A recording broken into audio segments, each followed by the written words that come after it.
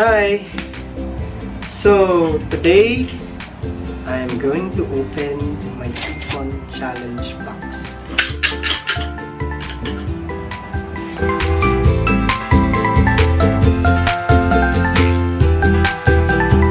How are we going to do this?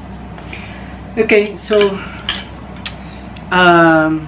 nagsimula akong mag-ipon. O sinimulan kong ipunin yung nandito sa loob ng box since 2018. Medyo last part na ng 2018, so around November, and then today is February, so medyo maiksi pa lang yung time, but I really wanted to buy something, and I think this is the perfect time to open this. So samahan niyo ako. I can't find the camera, wala akong makita martilyo. So ito yung pinaka matigas na nakita ko dito sa condo. So let's start.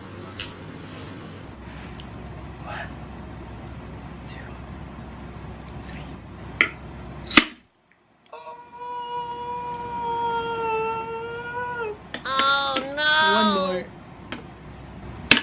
Oh! Oh! Oh! So ito mahirap pag glass yung ginagamit ninyo.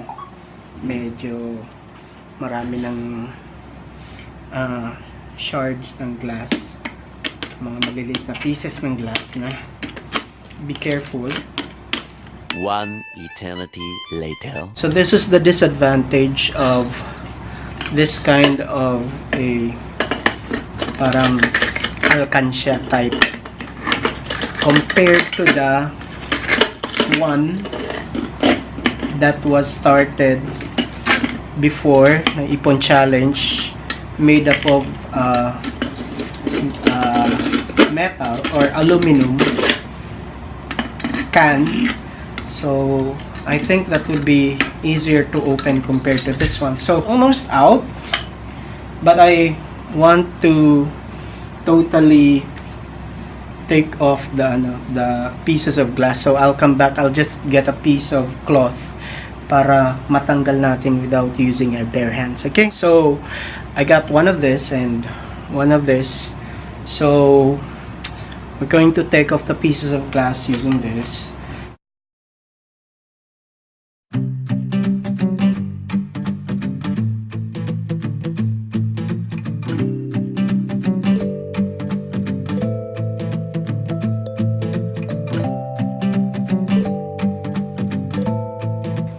Right now, as you can see, it's almost clear. Ay!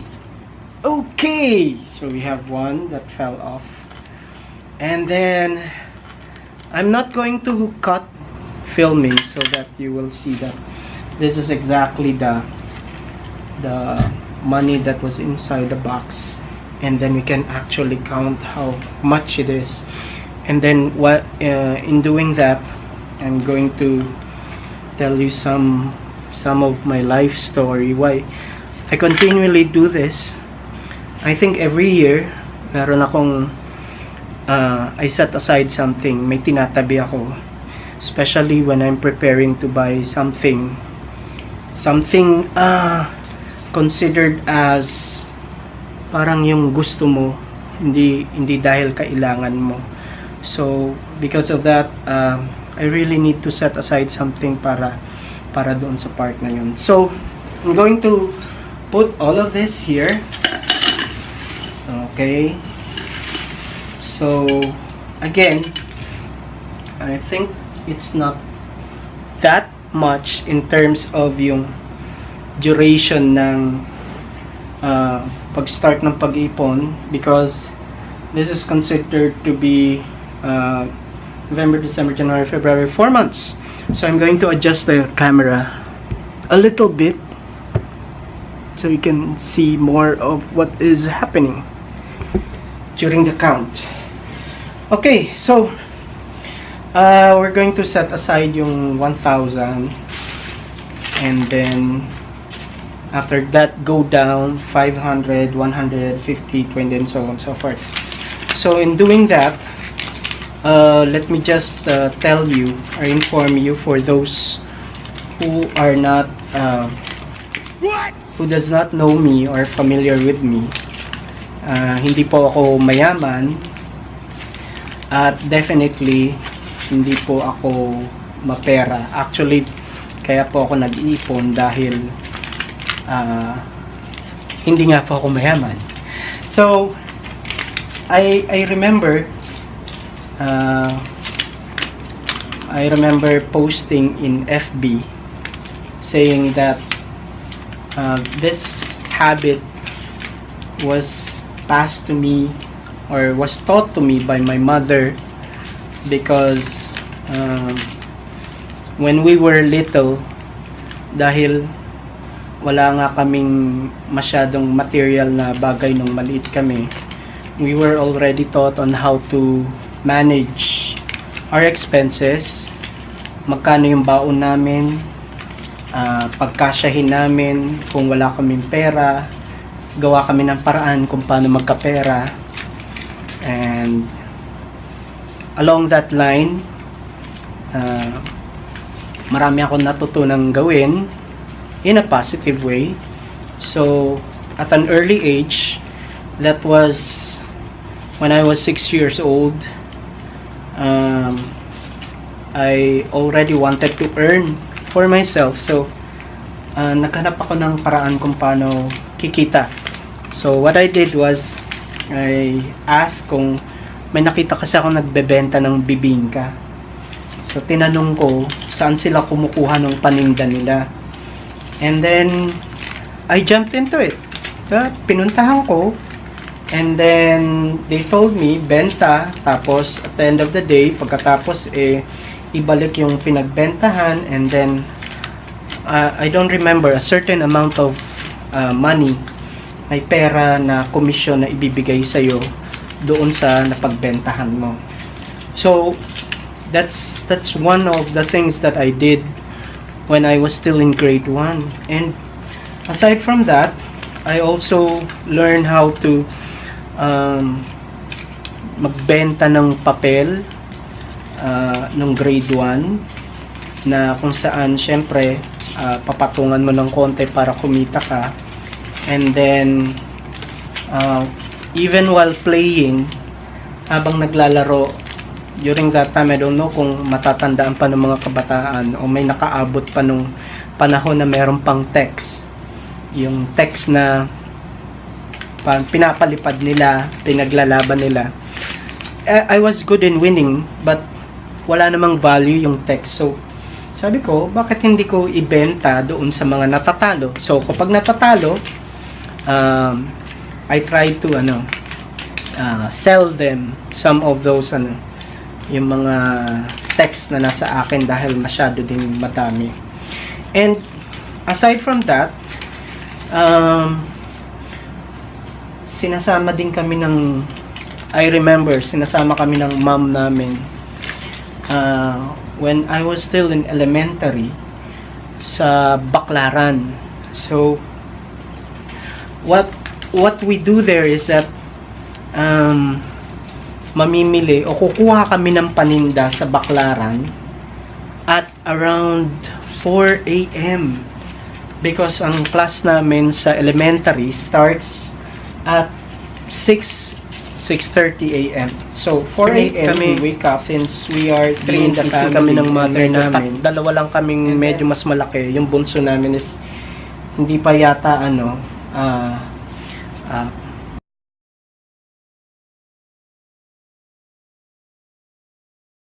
pa siya physically capable during that time na magbuhat.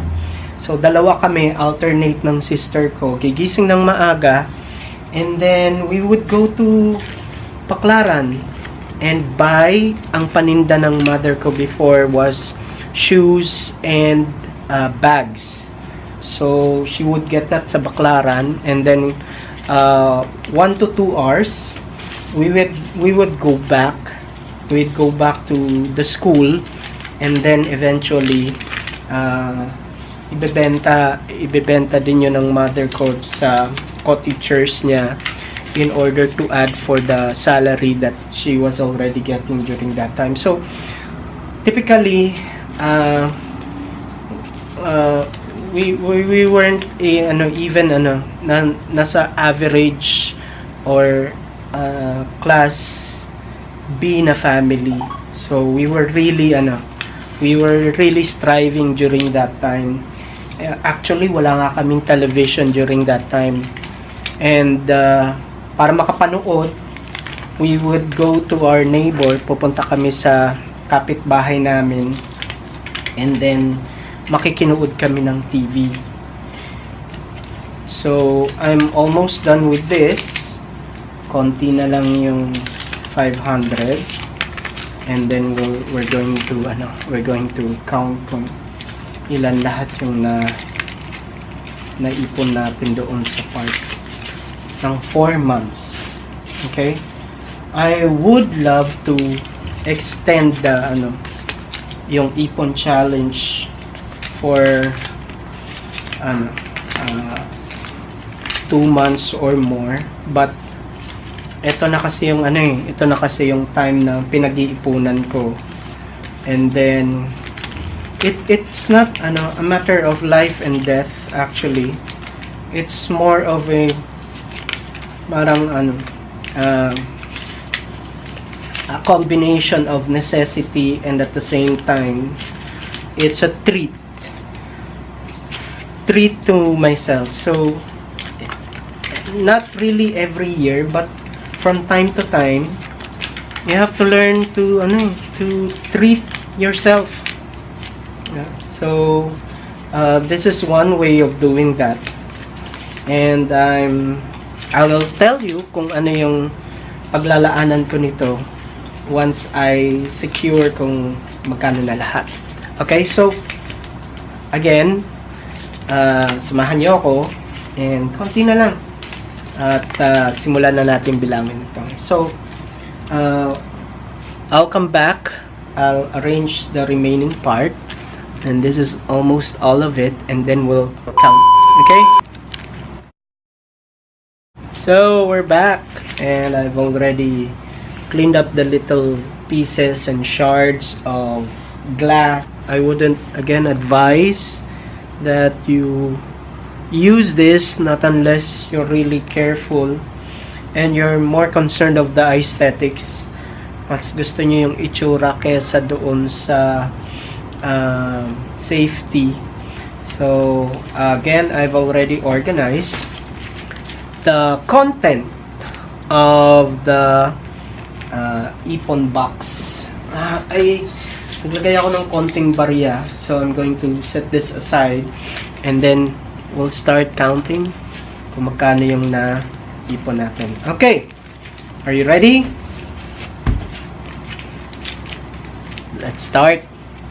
So this is from 1,000 to 500 to 200. We have 200, and then hundreds, and then 50. Okay, and then 50. So I hope this is enough. 1, 2, 3, 4, 5, 6, 7, 8, 9, 10, 11, 12, 13, 14, 15, 16, 17, 18, 19, 20, 21, 22, 23, 24, 25, 26, 27, 28, 29, 30, 31, 32, 33, 34, 35, 36, 37, 38, 39, 40, 41, 42, 43, 44, 45, 46, 47, 47, 48, 49, 50. So that's 50,000. And then 500, 700, 8, 9, 10, 1,000. 2, 3, 4, 5, 6, 7, 8, 9, 10. 2,000. 1, 2, 3, 4, 5, 6, 7, 8, 9, 10. 3,000. 1, 2, 3, 4, 5, 6, 7, 8. So 3,800. So this is 53,800. 53800, which is I was able to achieve beyond the target that I was hoping for. So thank you for accompanying me in this opening of the Ipon box.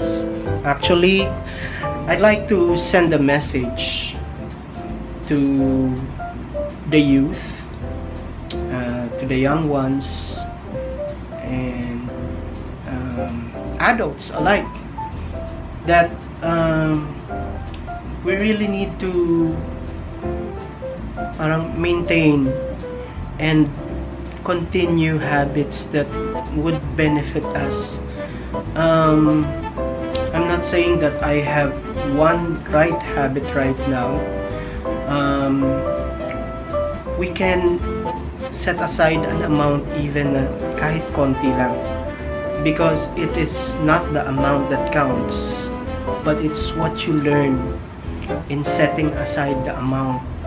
So kahit magkano ka konti yan, kahit magkano kaliit yan, if you learn and internalize how it is to set aside something you're setting it aside for, kung ano man yung dahilan at nagtatabi kayo ng pera, will always be a good thing, whether it's small or it's a large sum of money.